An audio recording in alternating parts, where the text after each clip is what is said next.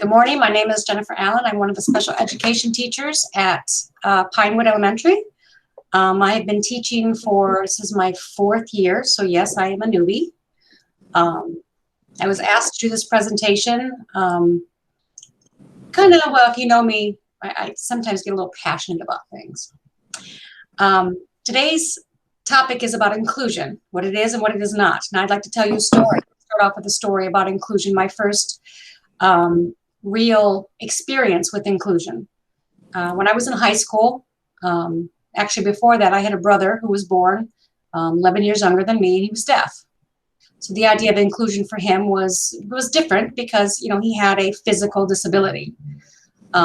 He could not hear, so he went to a different school, but he was able to graduate. But I don't consider that actually my first real experience with inclusion. What I consider that was when I was in high school, my senior year of high school, which was way back in 1991, 92, because I'm old. For the first time that year, we had a group of students come in, and it was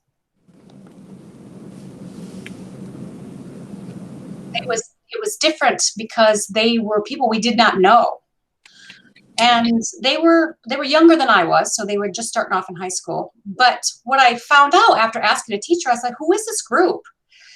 And she said, well, they're the resource students. And they had been brought in. They worked with Miss Deaton, because I went to Jimtown. And what I found was that she explained to me why they were there and that they were going to be attending general education classes. And I thought, wow, well, that's cool. And the more I got to know them, they came to general education classes. And I think my first real profound moment was the day that we had honor roll up, and they were on the honor roll.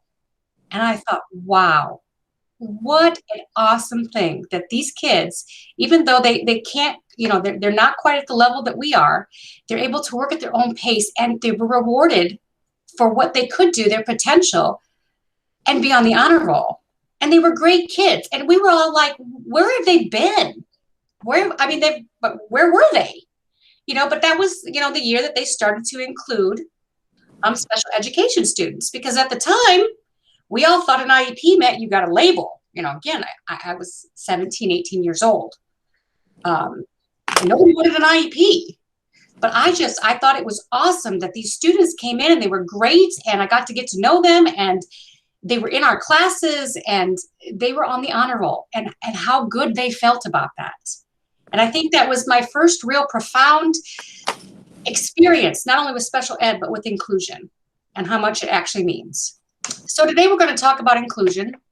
I had the privilege of attending the Focus on Inclusion PD a couple weeks ago, where Dr. Zhang, she talked quite exclusively about inclusion, what it is, what it's not. I'm going to encourage everyone to please, we're going to be doing some participation on the chat, so please go ahead and chat. If you have to unmute because it's not working or whatever, that's fine. Can everyone see my screen okay? The one that says inclusion? Okay, great. So I would like to, for a few minutes, can some of you just write in on the chat what you think the definition of inclusion is and what it means today?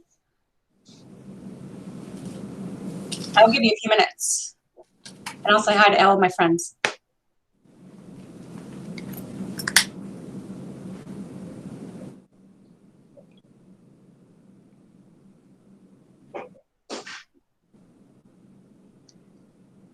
It's a hard topic.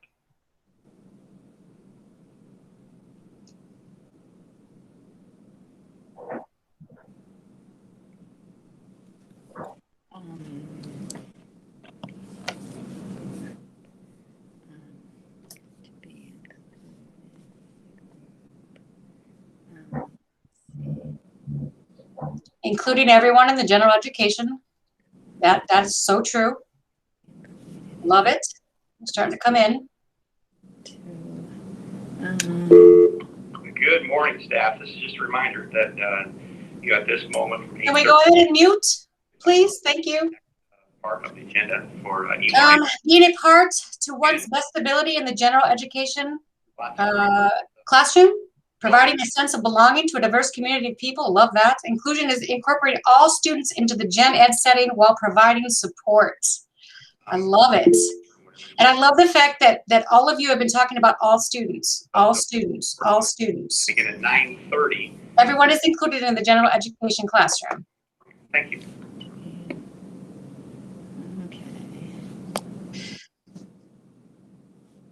Providing equal access to opportunities and resources for students who might otherwise be excluded or marginalized. Good. Very good. Again, the fact that everyone is saying all students and we're not isolating just students who have an IEP, because that's the real key to this today. I'd like to share a quote with you. You can keep typing them in. Ample opportunities to include all students, all ability levels. Love it. Here's a quote that I found. This is from Barbara Borison. She says, our inclusive goal is to meet students where they are and as they are, and to lead them to be more resourceful, knowledgeable, goal-oriented, and motivated learners. I thought this was huge because when we talk about inclusion, a lot of times we talk about, the idea of including SPED students, but it's not just about SPED students. Yes, they are our primary focus as special educators, some of us are, but it doesn't have to be just about SPED students. It's about all of our students. How can we meet their individual needs? A little bit later, we're going to talk about some learning styles, the things that we're used to thinking about. But I just love this quote. We have to meet them where they are. Lead them to be resourceful, knowledgeable, goal-oriented. This is our job right here as teachers. We have to teach them and lead them to be resourceful, knowledgeable, and goal-oriented and motivated learners. That's really our ultimate goal. So I'm going to turn to the next page, and I want you to notice these pictures here. These are different examples of what classrooms look like over the years and kind of the progression that we have been following as far as inclusion is concerned. Can someone type in the chat what they think this first one is with all the dots on the outside?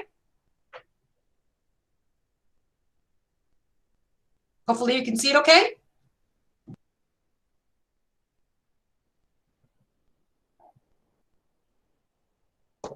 I notice there's an exclusion. Okay, I notice there's a bunch of green dots in the middle and a bunch of colored dots on the outside. Exclusion. All right, let's take away the little black thing. It is exclusion. You guys are so smart. You must be teachers. All right, what about the second one? Oh, I like that, Ms. Hahn. Students with special needs are not part of the general education classroom. Good, good, good. So what do you think about this second one? What do you think that one is?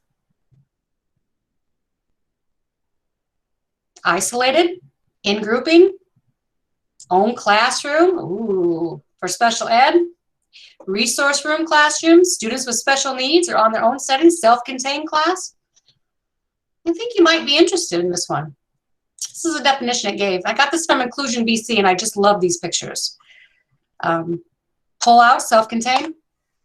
Ooh, there is a bad word. Segregation. And that's really what they're doing. I mean, if you're pulling the kids out, and they're by themselves and they're not with them, that's segregation. I mean, we had that in this country for a long time where we segregated against color, but now we're talking about not just that, but everything. This picture of the green one, what do the green dots remind you of? All the green dots in the center. Any thoughts?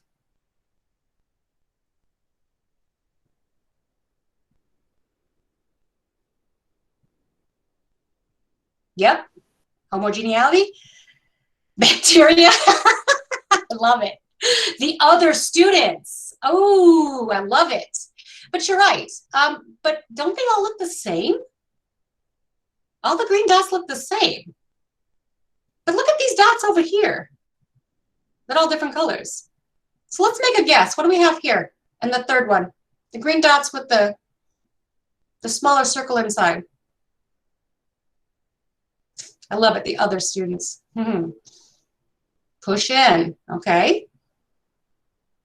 What other ideas do we have? Resource room at public school. Kind of like what I had.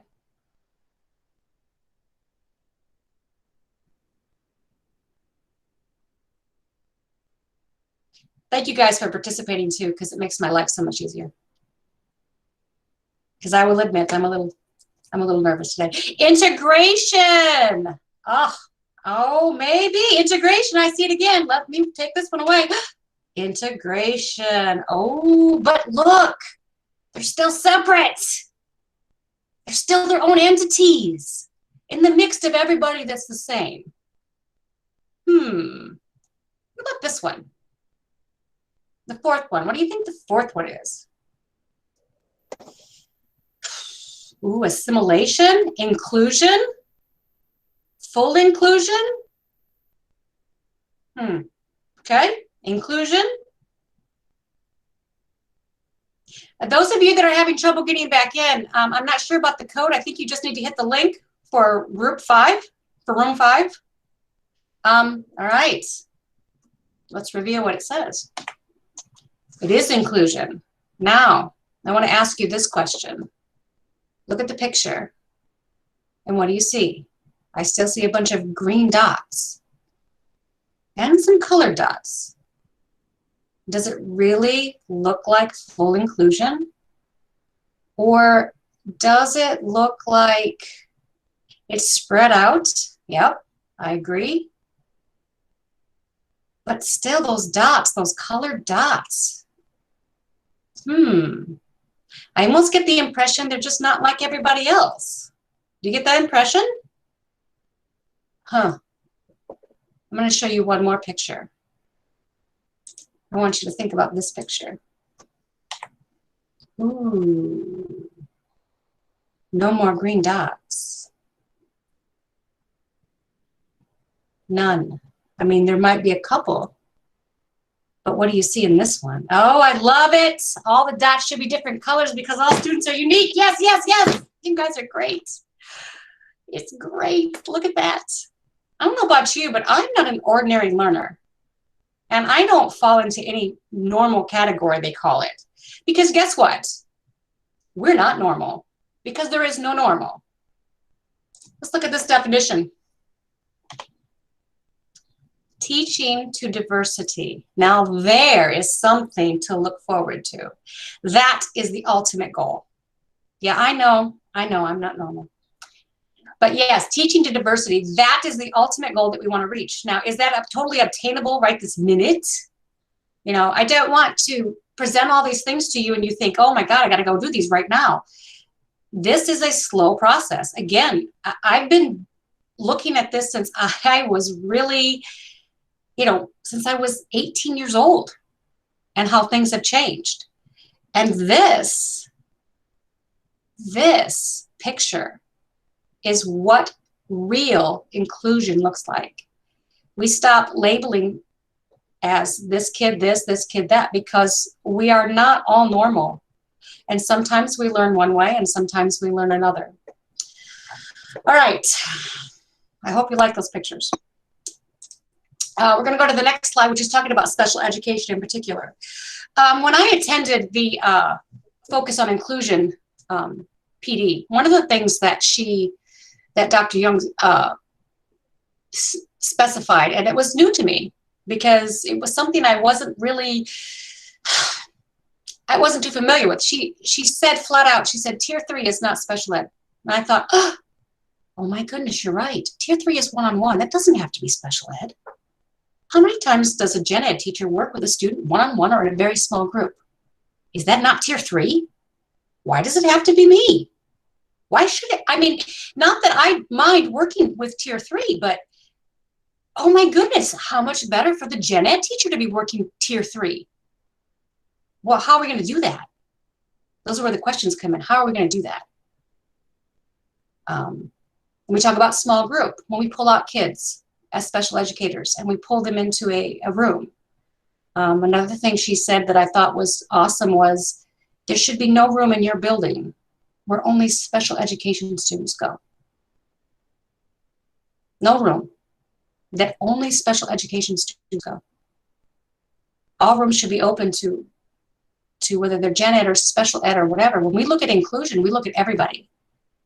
And maybe some students who are not special ed have special needs in a specific area. So can we work with that? We're going to talk a little bit more about how in a little bit. If you have questions, please type them in, or you have comments, please put them in the chat. Also, another thing she said was homework.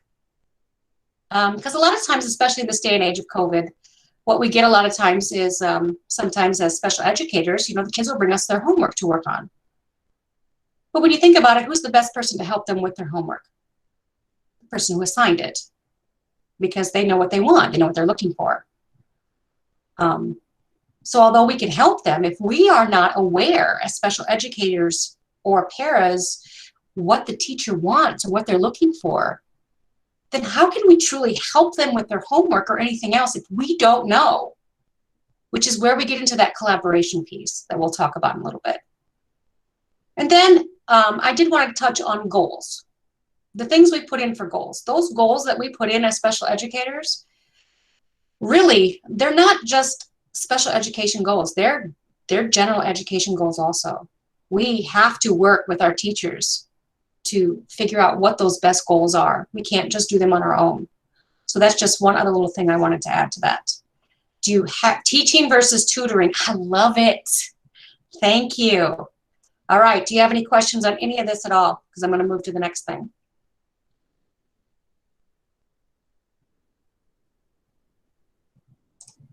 All right, tools for inclusion. Obviously, you knew the big one was going to be UDL. I mean, universal design.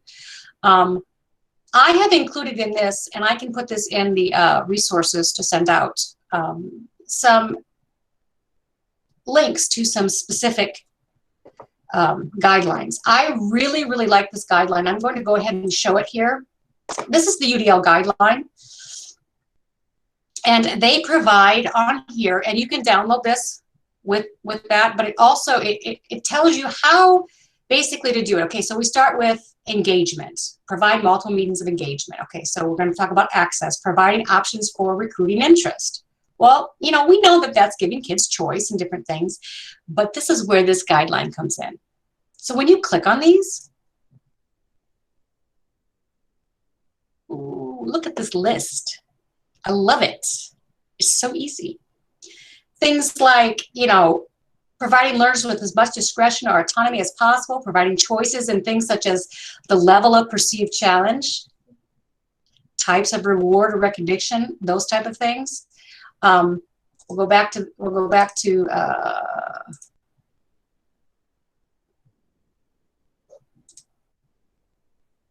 guideline.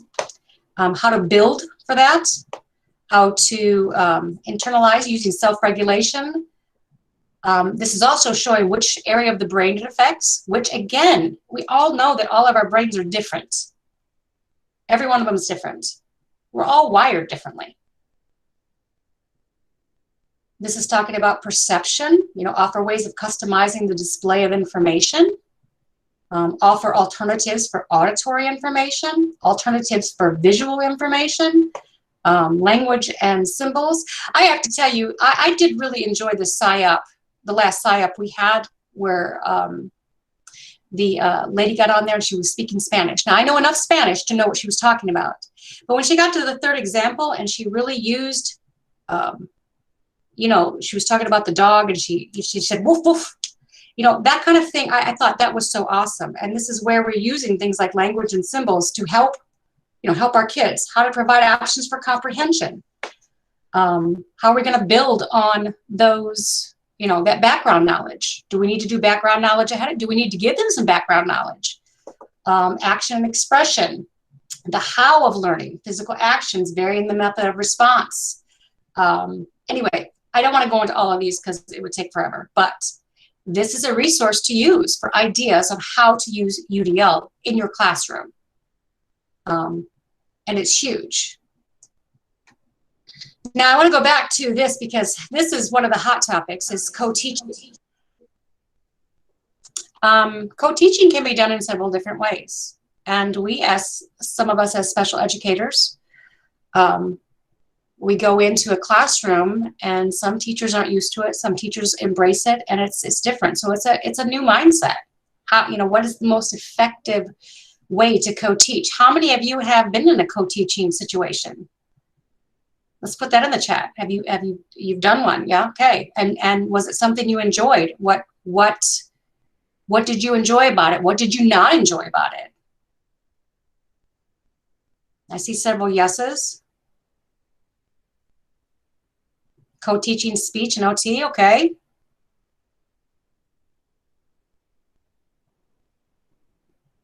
I know that I have been in some, and I actually really loved it. Able to collaborate. Ooh, there's that piece again. I love that word. Thank you, Rebecca. Collaboration. Is that what we do at PLC?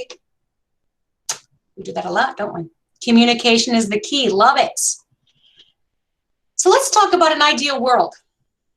Let's talk about an ideal world as a special educator and a gen ed teacher and a para, that you go in and instead of pulling kids to do 30 minutes of reading or 30 minutes of math, let's say you go into the classroom, or better yet, you've met with the teacher ahead of time during PLC, and you've discussed those students, and you've gone in and you say, okay, well, this is what we're going to do. We're going to work with the students. Or when we do groups, instead of you taking your normal students, how about the SPED teacher takes the higher students? Because maybe the SPED teacher has a couple of new ideas on a particular way to teach the students. And maybe the gen ed teacher takes the SPED kids plus the others.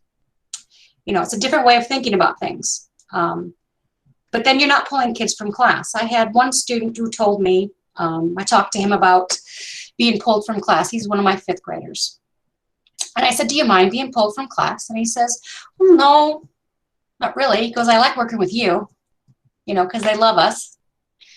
I said, does it make you feel different? And he says, well, yeah, especially when it's just me and it's always the same students all the time. I said, okay. I said, would it be better if maybe we had a small group that we pulled to the back, or maybe we went to the library, or maybe we went somewhere else and it was you and some other students who were working on a particular thing? And he says, yeah, I'd like that. So as they get older, they become more aware of those things. And when we talk about inclusion and keeping the kids, although we do have that 20% that we can pull kids out, because there is need for it. And there are some kids that they have to be somewhere else where they can't see anybody. You know the one. You know the kid I'm talking about, right? The one that goes, squirrel. Yeah, I have one. So there are occasions for that, especially for speech. Speech, you have to pull them out because you have to be able to hear them. But what if we collaborated to the point, and yes, I realize it's a resource issue. What if we collaborated to the point where we knew those kids so well that we could work with them and keep them in the gen ed classroom, and no one would know who had an IEP and who didn't? Can you imagine that? I mean, that would be it would be awesome. Yes, you ask a good question. What about a 4th grader working at a 1st grade level? How can you work in the gen ed context? Okay, you ask a really good question. There are some ways of doing that. Obviously, we could lower the skill set, as Ms. Schmeckens tells us all the time, looking at the standard and maybe lowering the standard to the point of them being able to work their way back up. There are a few other resources that I would recommend. If we're talking about a reading level, I actually have found a couple of books by Orca. They're called, I think they're called Pair and Read, where a higher student will read one half of the left side of the page, and the other student who is still struggling to read, might be dyslexic, might be ELL, might just have, might be SLD, whatever, but they're still reading along, but it's at their level, and they're still learning. And they're learning that it's broken up into chapters. It's kind of a neat little way for a peer to work with them one-on-one, or could be the para reading it to them, on the left side and they're reading the right side, but they get to participate and feel good about their reading.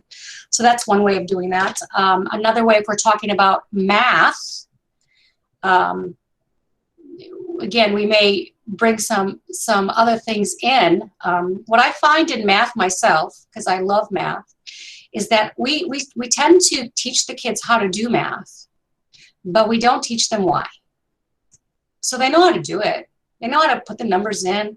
I read an interesting example of a teacher the other day. She said that when she was in the 4th grade, she was trying to divide. And the teacher kept saying, I've shown you this. And she just did not comprehend why she was doing it. She got to the point where she could repeat it, but didn't understand why. So sometimes some of those lower skills can be brought in to a higher level and all of the kids benefit. So that would be another way that I would bring in some of that context into the gen ed, or they might have to be pulled for different things, like just, again, math is one of those things, you know, we're focused on Schmeckens right now, and that's awesome because she is really awesome. Math is near and dear to my heart. It really is. And the kids, when they understand why, then they do so much better in math and they can continue on. Did you have any more questions? I do have a few resources on math if you're interested. Cloud9 Math is really good for visualization. We're going to talk a little bit about visualization here in the next part. How many of you are familiar with dual coding? I bet you do it. You don't even know it. Anybody?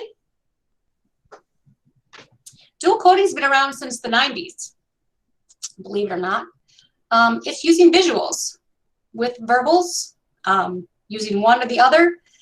There is a lovely example of it, and I've also included in the resource page a TED Talk that I highly recommend. It's by a young lady who, she got in trouble for doodling in class. And when she went up to the teacher, she explained, I'm taking notes. It's the way I pay attention. My notes they're doodles and they're written. And, you know, it was interesting because her niece does the same thing. And her niece got in trouble for doodling while she was taking notes. And the teacher says, well, you can't draw while you're taking notes. She's like, but, and so the teacher had her explain exactly what was on the page. And she told him word for word, basically what he had said based on these visual notes with these pictures. And this really goes into, when we talk about the older kids, especially like in middle school, this is really, really key because it activates multiple parts of the brain. I know for me personally, I have to doodle to pay attention. I just can't if I don't. You know, you'll see me, and those that know me know that I like to draw little flowers because it keeps one part of my brain occupied while the other part, is listening and taking in the knowledge. My son is the same way. All of my kids were like that. They had to doodle, and they would get in trouble sometimes because they're like, why are they drawing? Because that's the way they learn. And there are even a coloring page for today. Exactly. I love them. I absolutely love them. But the TED Talk is really, really good. I'm gonna click on this link. I think I have it up already, and I want to show you some examples of what it would look like to some students. And she does say in there,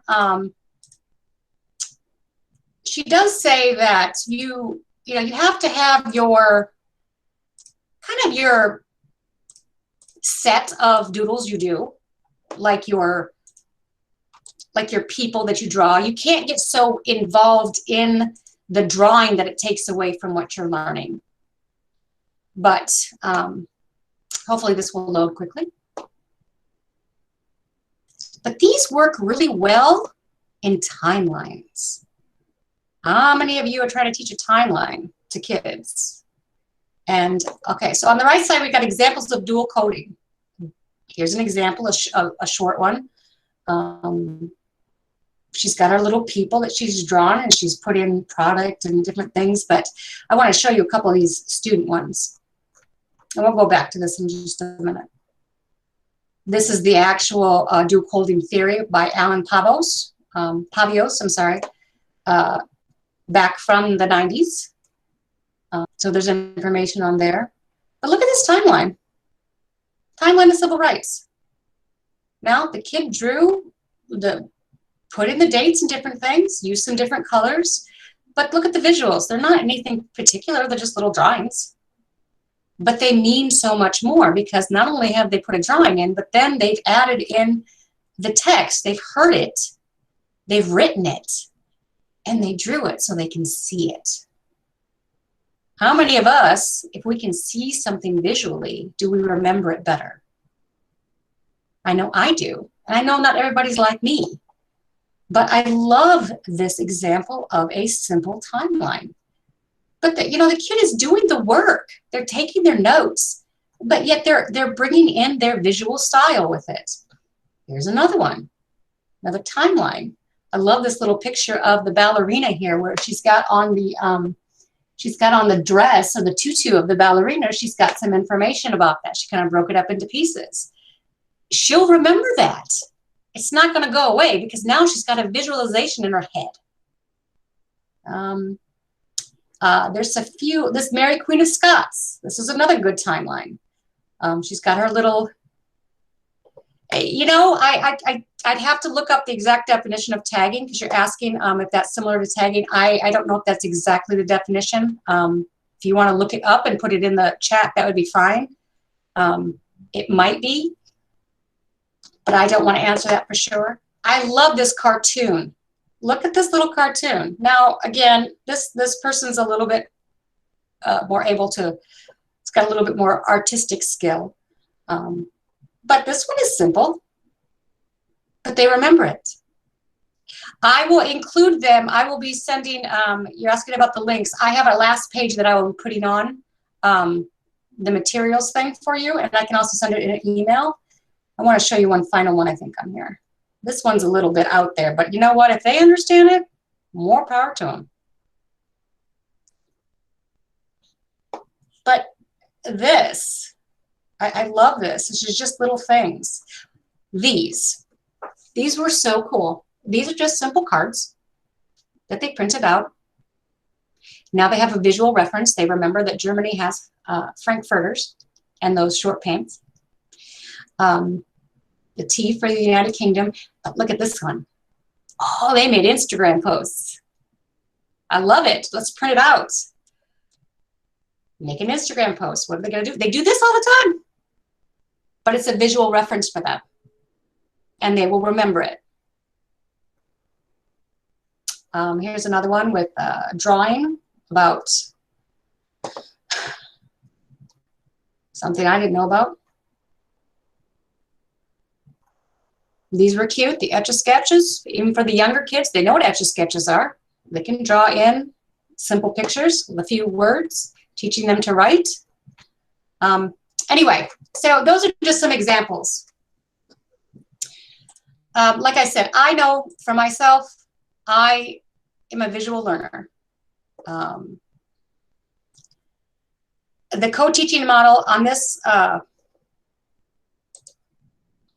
this link will have different types of co-teaching. I know everybody has their own opinion about, what they should do and what they've been doing. The only thing that I ask is that we go back to this page here and we look at this last picture and we look at all the different color dots and you find your dot. Where are you in this dots? Where are you? Maybe I'm the pink one because it's my favorite color. But, there's only 2 pink ones and they're dark pink ones. And there's only a couple of purple ones. And there's several different types of greens and several different types of yellows. And they're all different. So when we look at inclusion, are we teaching everybody in the way that they need? Are we looking at these different, I know that we're trying to get to the point where we use UDL because we're removing those barriers for the kids, and which is what we want to do. Is it easy? It's not. Does it require work and change? Sure it does. But when I go back here, if someone had done that for those kids that were in my school, they'd have been able to grow up and I would have got to know them better. Instead of them being over here where they were segregated. I missed out on an entire school time of being with those kids. And they were awesome kids. I even wrote about one of them in our school paper. He was my student of the month. He was so excited to be there. And when you think about just that one student, I mean, I missed out on an entire schooling of not knowing those kids. So I do feel very much for inclusion. Does anybody else have any other questions that they want to ask, or if you want some references or you want to add? Because we are all here to collaborate. So if you have ideas, I'm more than happy to type them into the speaker's notes and include those. Does anyone have any ideas that they would like to include that I did not include? Like I said, this is just kind of an overview. The UDL guideline has links and different things for you to use. But if you have stuff you want me to put in here and add that you think is a great idea, I'm more than happy to add it in.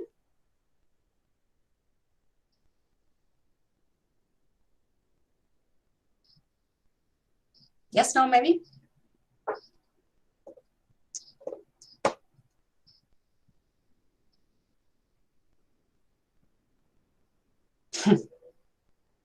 I love this.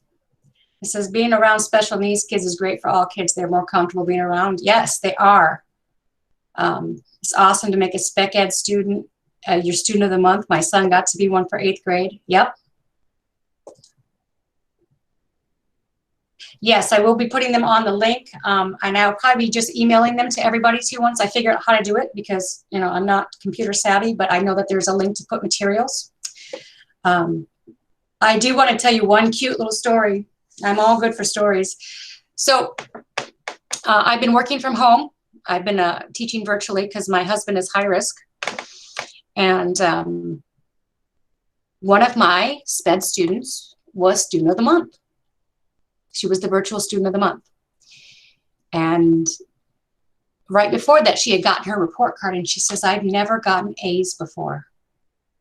She says, I can't believe this. She said, I've got A's. I said, but you earned it. You worked. You did you worked.